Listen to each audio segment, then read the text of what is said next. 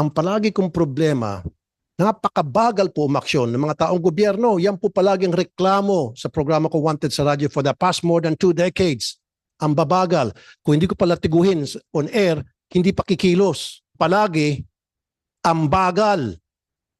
Inabot na ng 5 years, 6 years, 10 years, may 15 years pa, hindi inaaksyonan.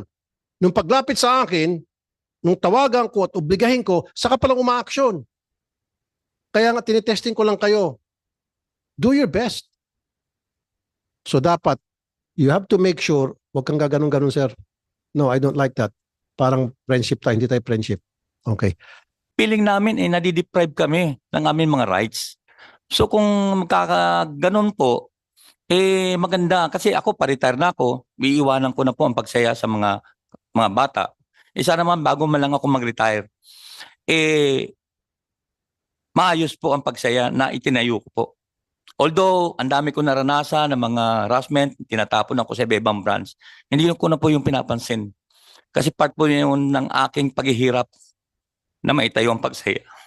Bakit kayo naiyak, sir? Ba't sobrang pang-api ba ang ginawa sa inyo? Ilayo ka po sa mga anak mo at asawa mo. Dahil nagtayo ka ng pagsaya, hindi mo masakit yun.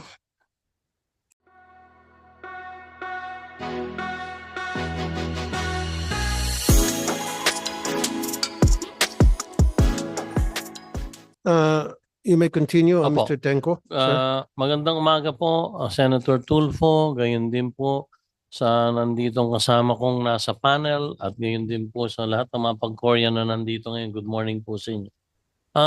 Doon po sa mga napagkasunduan at pinakiusap niyo po nung nakaraang hearing nung February 1, amin pong pinangako sa inyo sa pamamagitan po ng inyong pakiusap, Senator Tulfo, na i-implement po ng PAGCOR on February 15 yung pong pagkakaloob ng retro pay. Chairman ng Pagsaya, si Mr. Oscar Alvarez. Is it true, Mr. Alvarez? Thank you po, Mr. Chairman. Ako yung nagpapasalamat po kay Chairman Altenco at naibigay na at maraming pag-Korean po ang nagpapasalamat sa nangyari dahil sa tagal-tagal ng panahon ay natanggap nila yung retroactive. Pero po, aside from that, siyempre may mga ano pa rin na parang yung job grade 7 down, parang nabawasan pa sila sa kanilang sahod. At yun namang job grade 9, kasi bakante po yung job grade 8, parang break-even lang po kami. So hindi po siya tumaas talaga ng tulong. At pangalawa, Kasi ang gusto ko mangyari, Mr. Alvarez, I want to make sure na wala nang tumatanggap ng below minimum. Yun po very important to me. Meron pa rin po. Ito po si Gian. Isample ko po. Job grade, ano ba bigay sa'yo? Ikaw, Mr. Samson, up to now, below minimum pa rin sa iyong payslip na bago, hindi pa nag-reflect yung increase Good na morning pinangako po. na sinasabi kanina Mr. Tenko. Good morning po, Mr. Chair.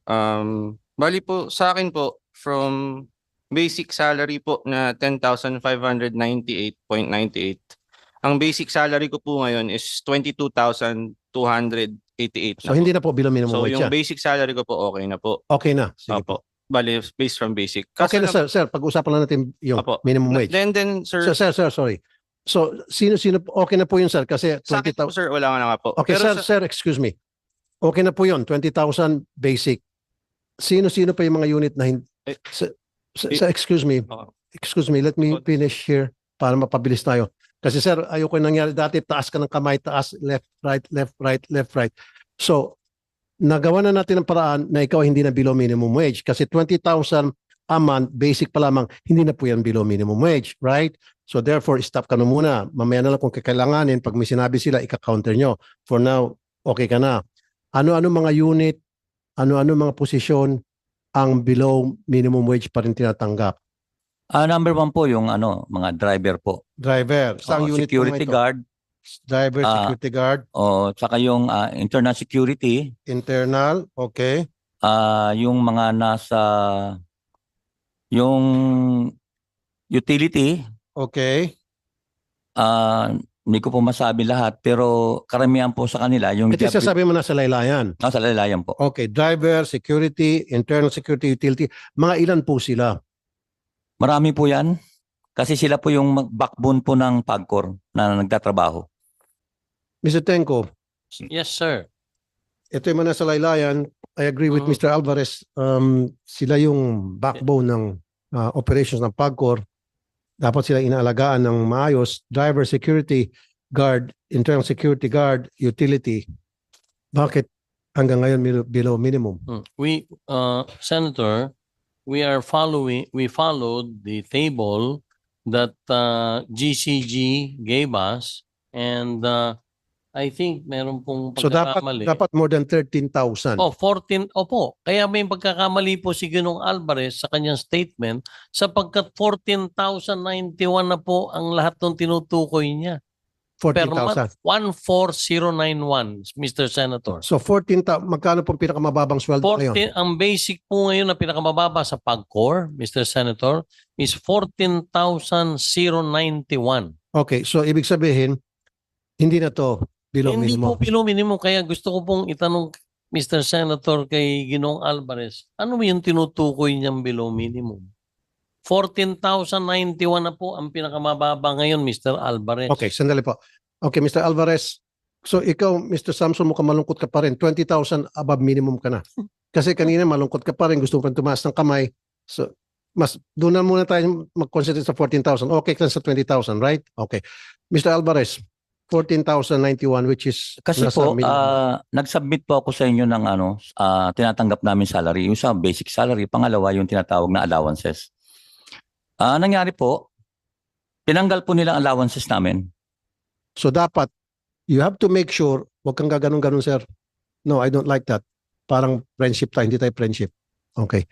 Dapat, every year, magkakaroon ng evaluation ng mga empleyado at yung magandang performance ng mga empleyado, bigyan ng increase. They deserve an increase. Especially itong mga driver, security guard, internal security, utility. Di ba? Kasi itong mga nasa loob ng casino, kuminsan sila nakakatanggap ng mga tip and all. So dapat itong mga driver na hindi naman nakakatanggap to ng tip mula sa mga players, taasan natin mga sweldo nila. Senator, automatic po dun sa linabas ng GCG, every 3 years po, may automatic increase po. Yun ang gusto kong mangyari. Dapat every year po, lahat ng empleyado ay ina-evaluate ng kanilang mga supervisor at sinasabit po sa mas nakakataas. At yung mga gumagawa ng mabuti, dapat i-consider yung bibigyan ng pay increase. Yung mga gumagawa ng problema, may mga memo, sabit, yung siguro pwedeng i-hold. Am I right, GCG? Tama po, Your Honor.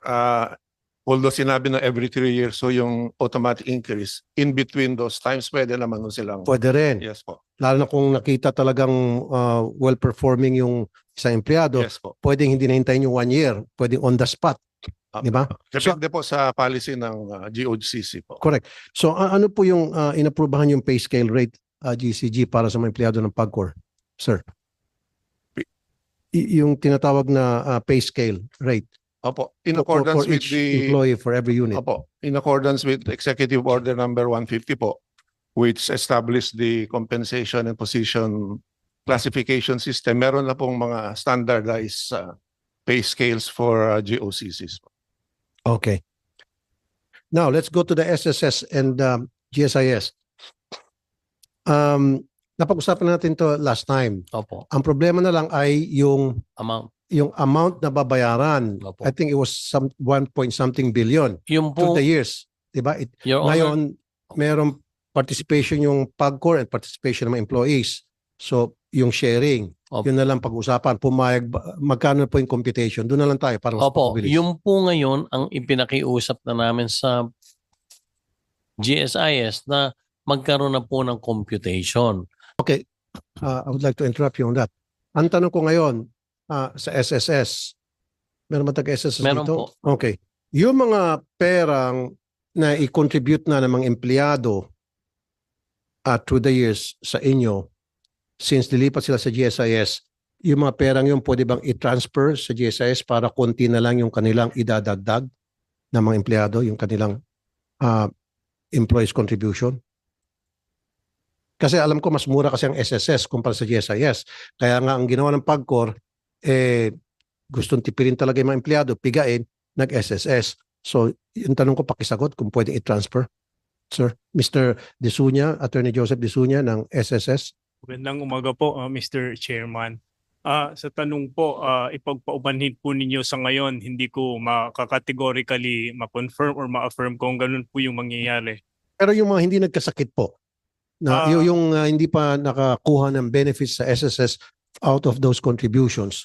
So, pwede ho bang i-transfer pa yun? Kasi kapag transfer sa GSIS, ang pagkakaintindi ko sinabi ni Mr. Tenko noon, medyo madugutot kasi bilyones ang maging halaga, yung difference. So, para mapagaan naman sa mga empleyado, yung mga naibayad na ikaltas na sa kanila through the years, kukunin sa SSS at itatransfer sa GSIS. Maliban na lang kung may mga bawal dyan dahil nasa batas natin. Pero kung wala sa batas yan, IRR lamang, siguro gawin natin ng paraan. Sige po, sir. I will get back to my principals. I will make a report on this particular matter. I will seek po their guidance and instruction, and then probably po we will be able to submit po an official response on this particular query. Kasi pasensya na po, yung bagay po na yan ay that's beyond po my Great. opo. Thank you. Maraming salamat, Mr. Attorney Chair. Lucio Yu Jr. ng GSIS, ano pong inyong position sa pinag-usapan natin ngayon Good morning, ng Mr. Chair. GSIS? Mr. Yes. Chair, thank you for inviting GSIS to attend this hearing. As confirmed by the resource person from SSS, there's an ongoing reconciliation and talks on how to effect the transfer of membership coverage from SSS to GSIS.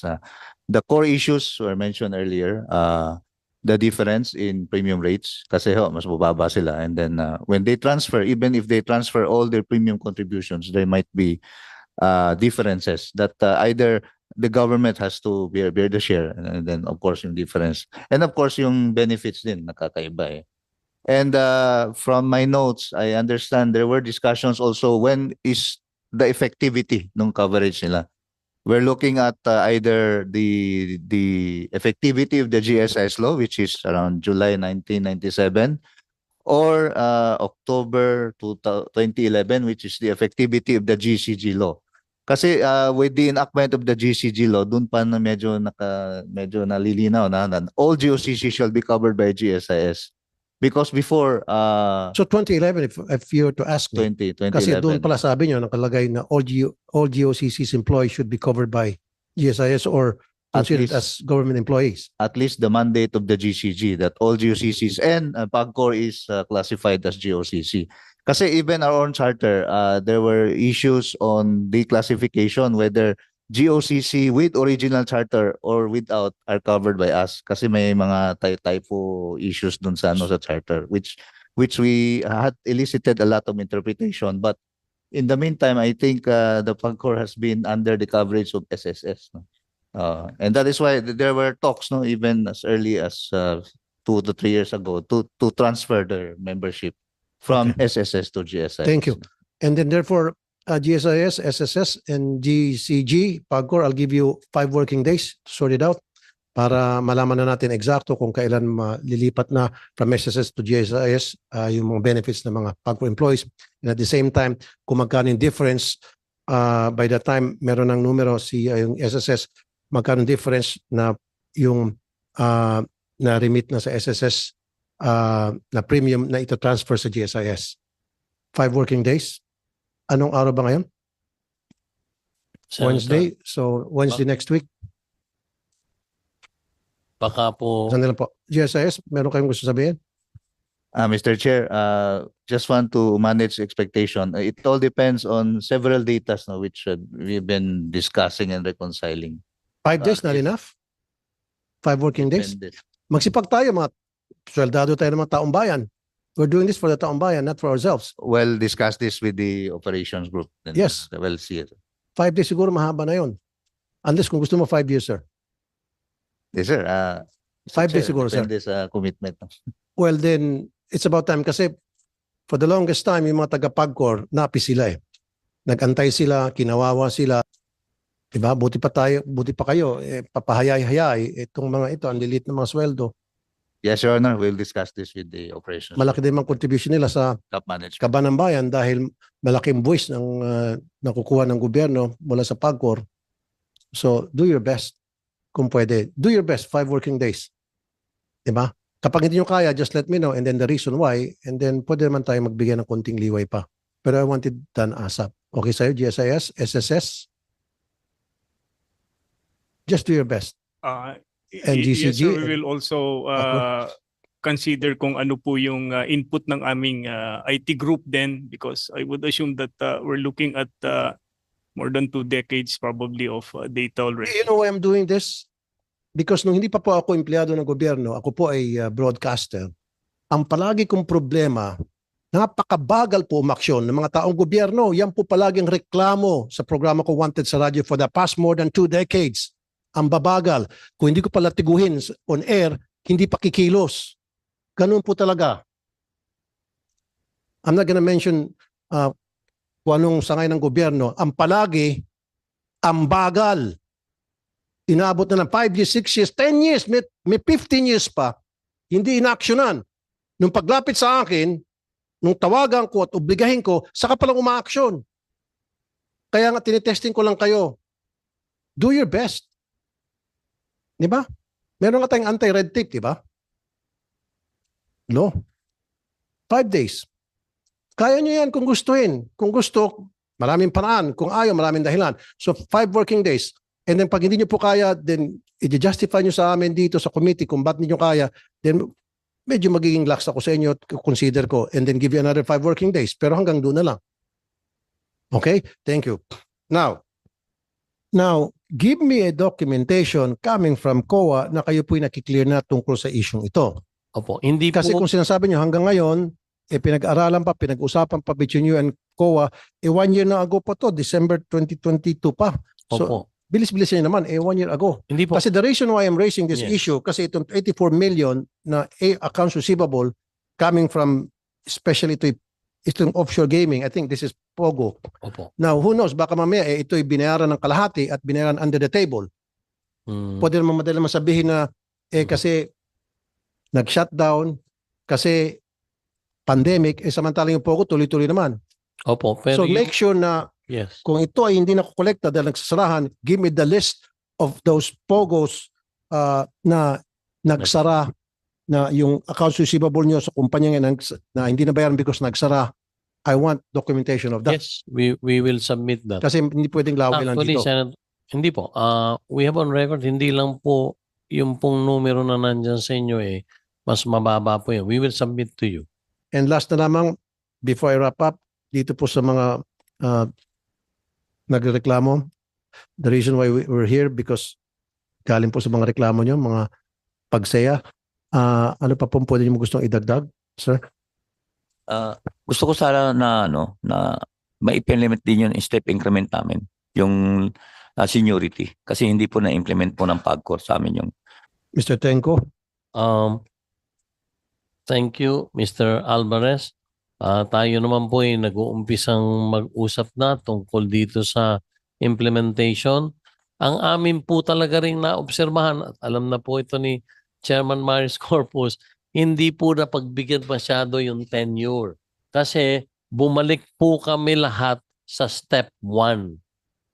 Paano naman po yung kamukha nila Mr. Alvarez na 30 taon na, meron pong nasa likod ko kanina si Lara ba 22 years na rin daw siya, bumalik sa step 1. Yun po ay maliwanag naman doon sa ATI na inisyo nila.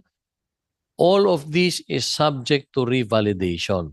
Kaya tulad po ng iba ring mga kumpanya, nag-research na po kami, Senator, meron pong mga napakadami ring kumpanya nag-apila, GCG na po ang magre-re-evaluate ng lahat. Thank you, Mr. ng ito. Tenko. So, aware ka ba Salamat dito? din po, Senator Yes. Tulfo. Aware tayo dito, Additional Mr. po, Alvarez, sa sinasabi niya. Mr. At saka, Chairman. nag-attend ba kayo sa mga town hall meetings? Opo, ma-attend po kami.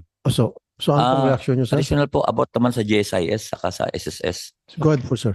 May sinasabi po sila na yung binayad daw namin sa SSS na kung ililipat man sa GSIS ay yung corporate share nila na ibinayad nila doon sa SSS ay ibabalik daw po namin sa kanila. At magbabayad pa kami ng panibago sa GSIS. So medyo sana maklarify Yes. Bakit doble-doble ang ibabayad namin? Yes, agree. Pagcor, Mr. Senator Tenko. Tulfo, may I refer the matter to the head of HR, Mr. Lito Domingo, para siya po ang makapagpaliwanag doon sa issue na yun. Mr. Salamat po. Domingo ng HR ng Pagcor. Yes, sir. Salamat po, Mr. Senator. Good afternoon, sir. Just to answer the question po, these are the issues we are working on because if we will, from our initial discussions po with SSS, with our group, ang lumalabas po is if we take back po yung contribution ng empleyado, we'll also have to consider the share paid by the company because that will also be part of what will be transferred po to GSIS. We will confirm all of this po. Nagumpisa na po tayo makipag-usap sa GSIS at SSS. We will get back to you with a firm answer po. 13-month pay, nababayaran ba kayo, Mr. Alvarez? Opo, nababayaran po kami. Salamat po sa Pagcor. Papasalamat ka sa Pagcor ngayon. Papasalamat din po ako sa inyo. Hindi ibig sabihin. Kanina, gusto ko, labas mo na lahat. Bukod sa may ibang Malaking benefits? tulong po. Nagbubunyi po ang mga Pagcorian dahil sa binigay No, na I'm asking po kung meron pang mga hindi pa natutupad ang Pagcor. Siguro, ipapile na lang namin ang apela sa GCG. Ano po yun? Halimbawa, nandito yung GCG. Ipapile namin po yung pagtaas po ng job grade namin para yung nasa laylayan may angat din. GCG. Opo, gaya ng sinabi ni Chairman Tenko, pwede naman po yung salary step increment basta approve po ng board ng Pagcor and then endorsed by the supervising agency. Ang in the case of Pagcor, since Office of the President po ang supervising agency, hindi na dadaan ho sa President, Office of the President. Diretso na ho sa amin, then we will be the ones to endorse it to the President. Napag-usapan natin kanina yan, Mr. Corpus, Mr. Alvarez, yung sinasabi ko nga, dapat bigyan pagkakataon yung mga Pagcor employees na gumanda-ganda may buhay, umasenso sa pamagitan ng promotion. Yes Hindi po. pwedeng habang buhay na lang sila kung ano yung position pagpasok nila hanggang pag-retire nila, yun na lang position nila. Hindi dapat ganun. Opo. Yung kasing implementation po ng CPCS, nakalagay ko kasi doon sa executive order, step 1 lahat ang umpisa, but it's subject to adjustment po. Nababayaran ba yung mga holiday pay ninyo, yung mga overtime pay? Mr. Alvarez? Sir, good afternoon po, Your Yes, Honor. sir. Pagdating po kasi sa holiday sa amin, sa operations po kasi kami, previously po, hindi po. Kahit may holiday po, pumapasok kami, wala po kami holiday pay. So ngayon po, Okay, very good. I want them refunded or ibalik sa kanila yung mga holiday pay nila na hindi nabayaran. Gawa po kayo ng computations noon, yung mga araw na holidays na hindi kinabayaran, ipabalik natin sa Pagcor. Retro. sige po.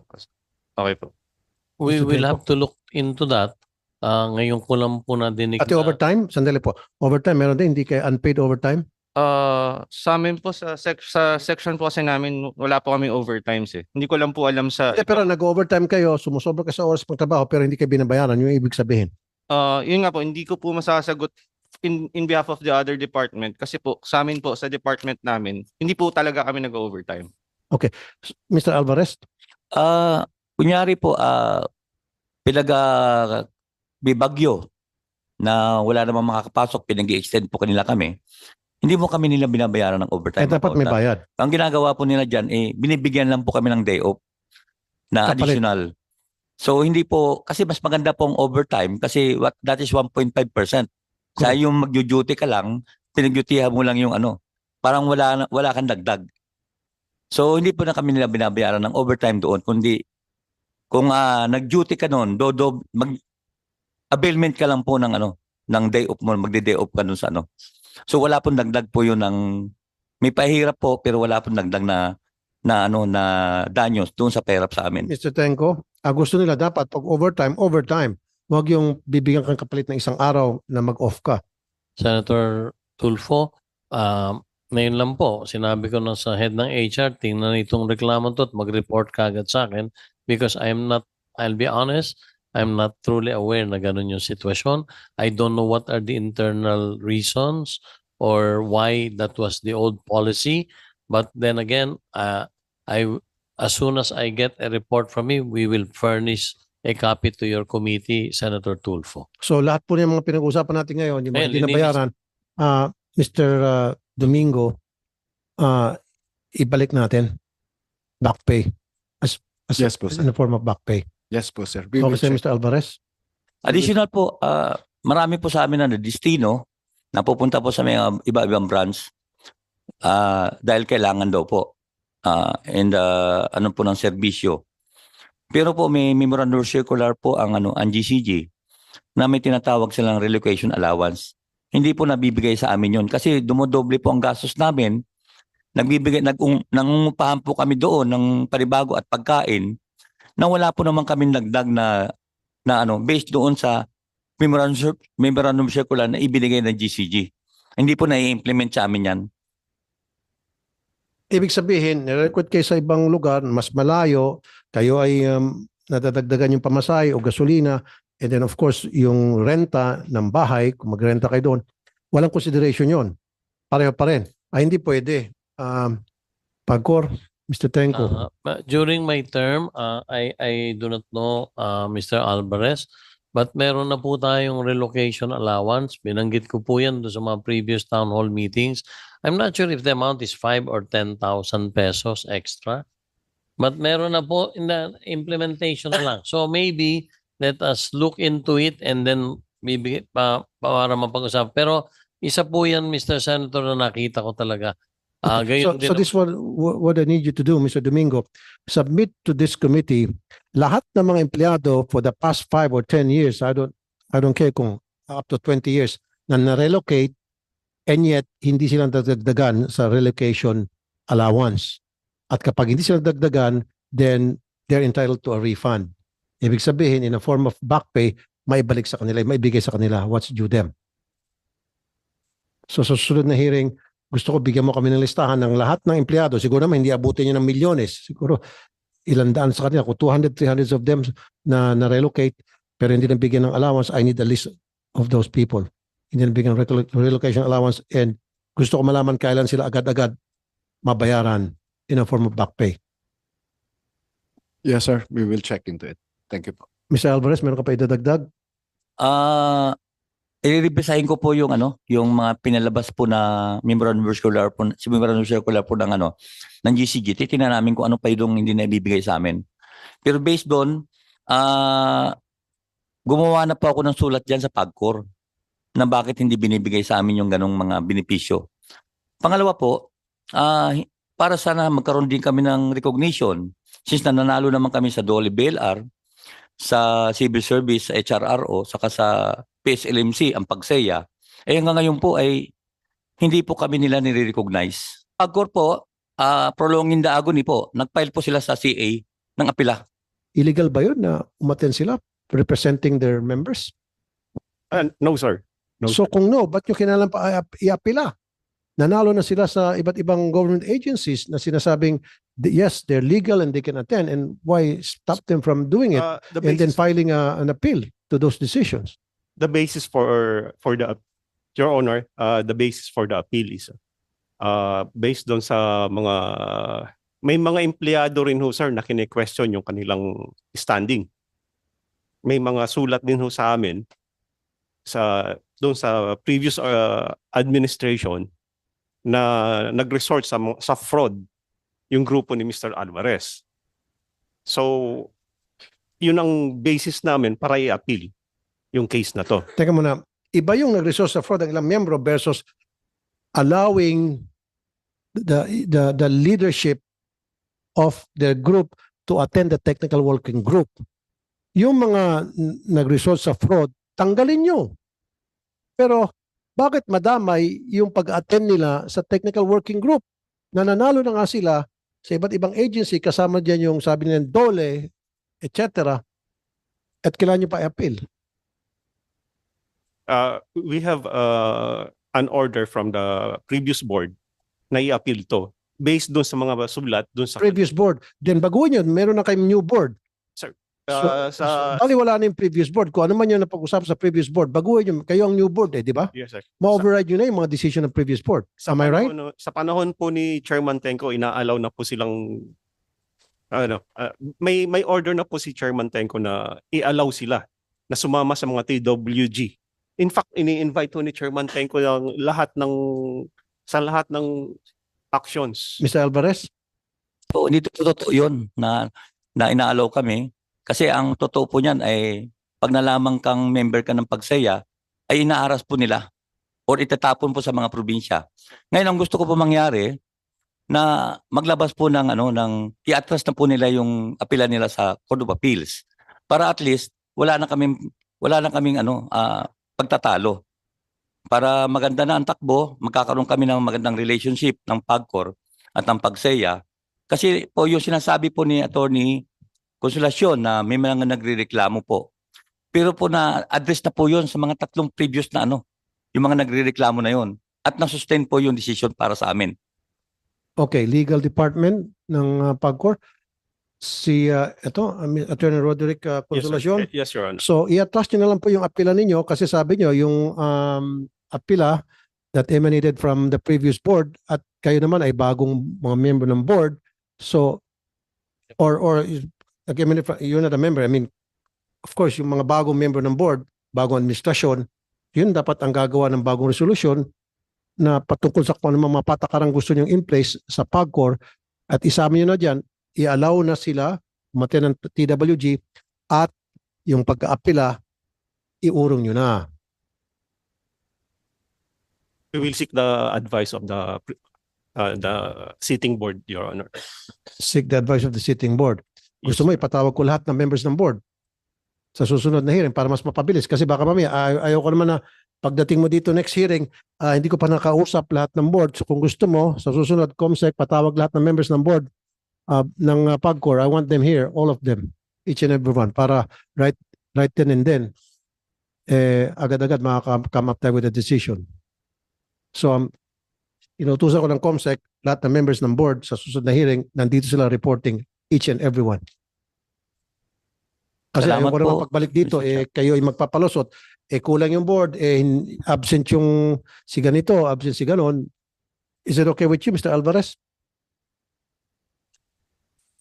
Ako po ay nagpapasalamat kung sana mapadali na para maganda naman ang participation namin sa kumpanya, lalo na sa pagpapasara, di ba? At least nandiyan kami para mapangalagaan namin ang mga empleyado. Lalo na pagpapatupad ng CPCS, mapangalagaan naman namin ang mga empleyado kung anong ibibigay sa kanila. Since na hindi kami binibigyan ng pagkakataon, talagang feeling namin nadideprive kami ng aming mga rights. So kung magkakaganon po, maganda. Kasi ako, pa-retire na ako, iiwanan ko na po ang Pagsaya sa mga bata. Isa naman, bago man lang ako mag-retire, maayos po ang Pagsaya na itinayo ko po. Although, ang dami ko naranasan ng mga harassment, tinatapon ako sa ibang branch, hindi ko na po yung pinapansin. Kasi part po yun ng aking paghihirap na maitayo ang Pagsaya. Bakit kayo naiyak, sir? Ba't sobrang pang-api ba ang ginawa sa inyo? Ilayo ka po sa mga anak mo at asawa mo.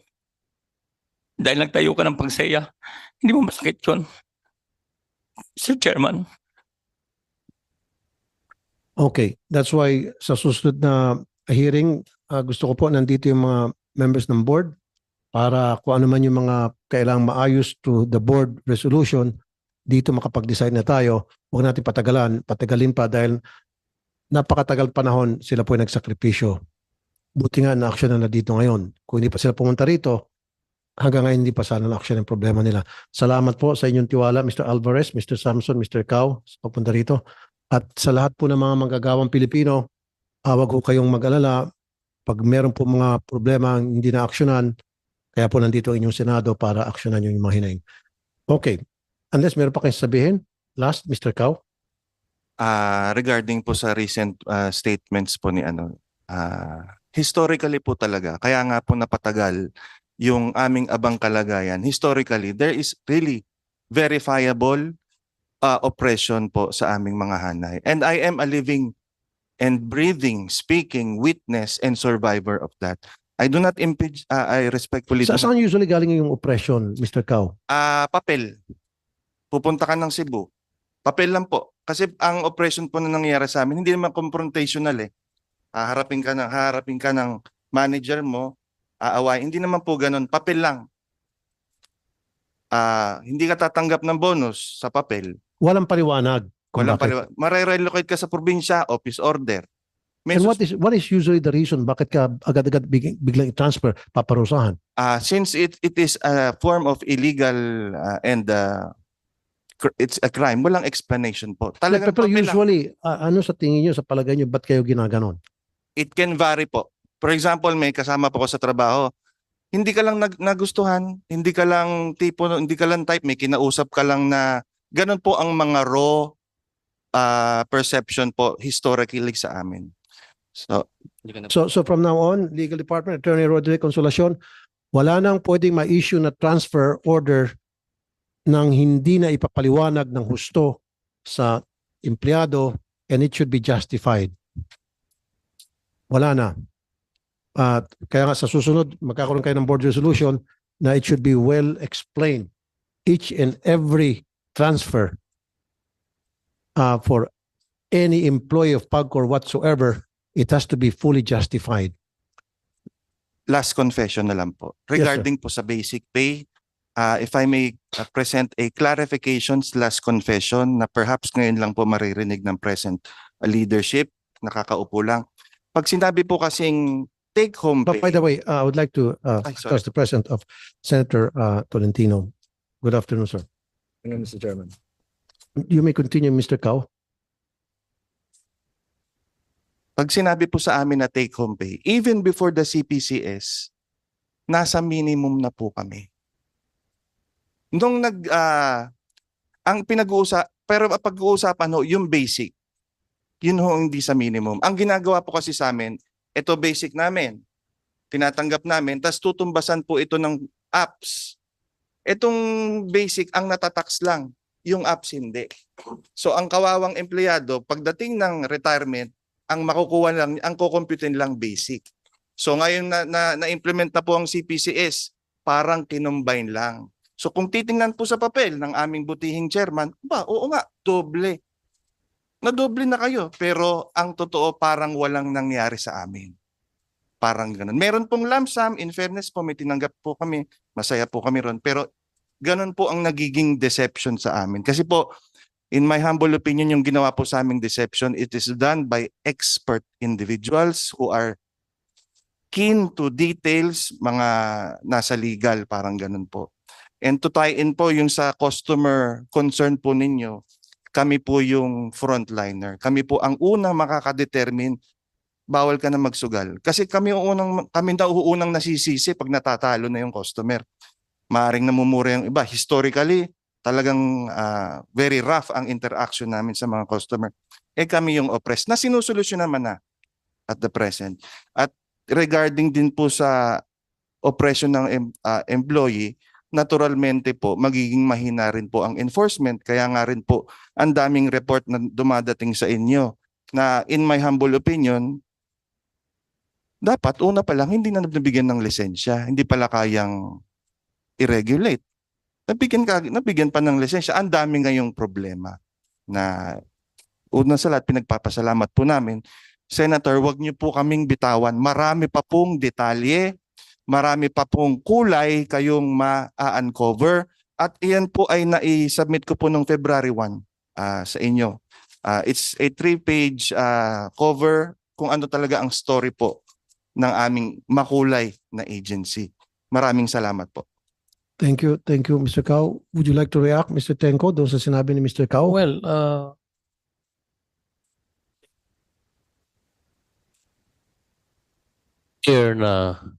very clear na we've already implemented the CPCS. I'm not sure when you said that there was deception on our part. I would like to ask Senator Tulfo this emanated from the GCG. PAGCOR management did not have anything to do with the classifications, Mr. Cao. We have implemented this based on a government standardization law, EO 150. So, I do not know, yung statement mo lang na ito'y may mabigat kang sinabi na deception done on a professional level, I think you should understand wala pong kinalaman ang PAGCOR board or management dito sa standardization law na based on EO 150 na binigyan ng authority ng GCG.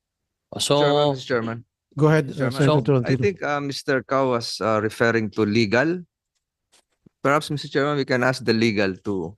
Wala ba, may masasabi ba kayo rito? Parang sinasabi niya, legal yung gumawa. Your Honor, I was not pertaining sa deception. I was not pertaining on the CPCS implementation. Not particularly that. I was particularly referring to a previous experience, previous incidents, indicative of the culture and behavior of officers in PAGCOR. You mentioned something about legal.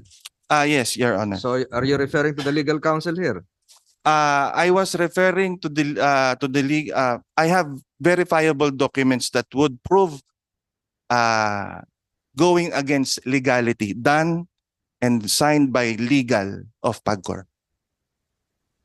Have you provided this committee a copy of whatever proof that you have right now in your possession? Initially, Your Honor, I Kasi mahirap magbintang na ano, kailangan. Yes, Your Honor. Yes, Your Honor. Thank you so much. Initially, Your Honor, I presented February 1 a letter without attachment, but now I have those attachments with me. May I present it to you, Your Honor? To the chair, through the committee secretary, with the permission of the honorable chairman. Sige, pakisabit mo lang, Mr. Cao, and then we will review that, this committee. Dalawa po. Mr. Tolentino, Senator Tolentino, meron pa kayong gustong idagdag? Ano po, Mr. Chairman, nag-react lang po ako doon sa nabanggit ka. Wala kayong gustong itanong sa mga empleyado or? Okay. So, okay na tayo. Okay, last na lamang. Yung walang masisibak ng mga empleyado, di pa pala natin talakay. as I have And you did guarantee that? as I've submitted a letter to you, I think a week ago, and also GCG wrote you, until GCG has not made any ruling on the matter, we have declared a status quo on everybody, Senator Tulfo. That is very clear, and also GCG has, I think, reinforced that. Mr. Alvarez or Mr. Samson? Good afternoon po, Mr. Chair. Gusto ko lang pong pasinungalingan po yung sinabi po nila. Kasi po, a day po after po tayo nag-usap-usap. Nung February... Which one? The last hearing? Apo, February 1 po. Okay. So after po February 1 po, gumawa na po kagad sila ng mga sulat na mag-take effect po ng placement committee. So pinagpaplanuhan pa rin po nila kaming ipaglilipat pa rin po. Well, Iba ko kasi yung nililipat, iba yung sisibakin. Totally, Opo. wala na sa pwesto. pero kasi po, nagkaroon Wala po tayo ng servisyo. declaration ng status ko noon. So di ba po, pag sinabing status ko, dapat kung ano po yung current status, dun lang muna. So nagkaroon po ng placement committee. Pangalawa, Status ko kasi meaning walang galawan. Opo. So, Mr. Tenko, ikaw, hindi ko pa nakita yung sulat. It wasn't Senator given to me yet by Tulfo. my staff. Can I ask Mr. Gian Samson, meron na ba pong linipat kami nung matapos akong sumulat at nag-commit sa Senator dito sa Senate hearing? Gayon din naman nag-commit ang GCG. Meron na po bang nailipat, Mr. Samson? Mr. Samson, you may answer, sir. Or Mr. Alvarez. Ako na pong sasagot, Mr. Chairman. Ganito po yon. Katatapos lang po natin ng Senate hearing na status quo. Right after that, nagbigay po sila ng sulat. Although sabi na natin wala pa naman nalilipat, pero grabing stress po ang ibinibigay sa empleyado. Hindi po matutumbasan ng pamilya, stress. Para mo sinasakal ang empleyado yung pagbibigay ng sulat na yan. Yes, stressful po yan. Parang ginagantihan kayo after that hearing. O nga naman, right after the hearing, I would take it as an insult to this committee na nagkaroon tayo ng agreement na magkakaroon ng status quo, and yet, immediately thereafter, kayo po ay nagpalabas ng sulat. Why did that happen? Mr. Senator, hindi po. Yung po mga sulat na yun yung before the hearing.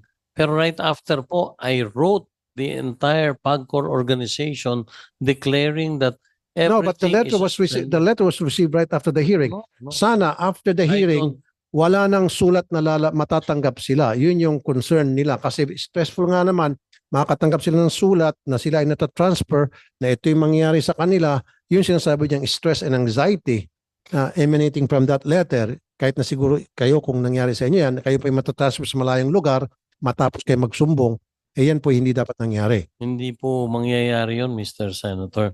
At maliwanag po yung sulat ko sa inyo na sinang-ayunan. Dumating po yung sulat, baka yun po yung sa 4 years. Can we get a copy of the letter? Anong date dun sa letter, Mr. Samson, Mr. Alvarez? Your Honor, bali po, meron po kaming na-receive nung February 5. And anong date po nung receipt of the letter? Yung receiving nga po nun, binigay po through email February 5. That was after nung February 1. And then, there was an instruction coming from Ma'am Che Francisco and Ma'am Nanette Pacalyagan na ituloy po nagtuloy po sila ng second placement process po eh. Yun po yung instead na dapat po hindi na nila gagawin yun, tinuloy po nila. And sir, I can present to you, Who's Che Ilagan? wala po. Comsec, patawag si Che Ilagan sa susunod na hearing? At saka sino nagbigay sa inyong sulat? It was an instruction coming from Miss Nanette Pacalyagan and Ma'am Che And then Nanette Francisco. Pacalyaga, patawag dito, And Che Francisco. and Che Francisco. And then, ang signatory po nun, sir, under oath po yun last time, si Sir Dan Cecilio. Kaya nga po, nagre-request po kami for contempt. Very good. I like that. Patawag din si, ano pangalan ulit? Si Daniel Cecilio po. Daniel Cecilio. Sa susunod na hearing, Daniel Cecilio should be here. Okay.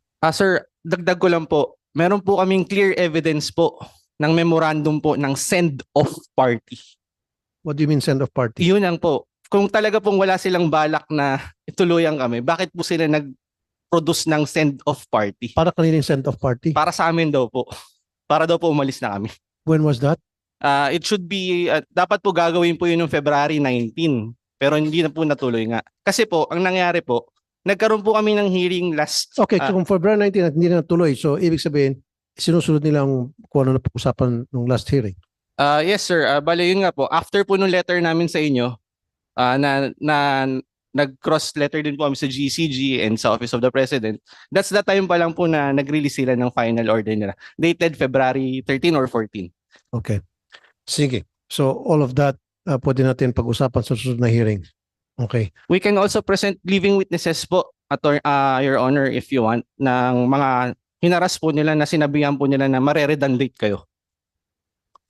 Dapat yung pinagsabihan, meron tayong ebidensya na talagang that was said, and mas maganda kung meron tayong sulat na ibinigay doon sa tao at mga testigo, kasi kung sasabihin lang ni Juan na ako hinaras ni Pedro, mukhang hindi naman po ata tama yon. Kasi anybody can say anything against anybody. Okay? Maliban na lang kung meron po kayong mga testigo o may mga documentations pertaining to that allegation. Okay, sir. Ayun nga po, Your Honor.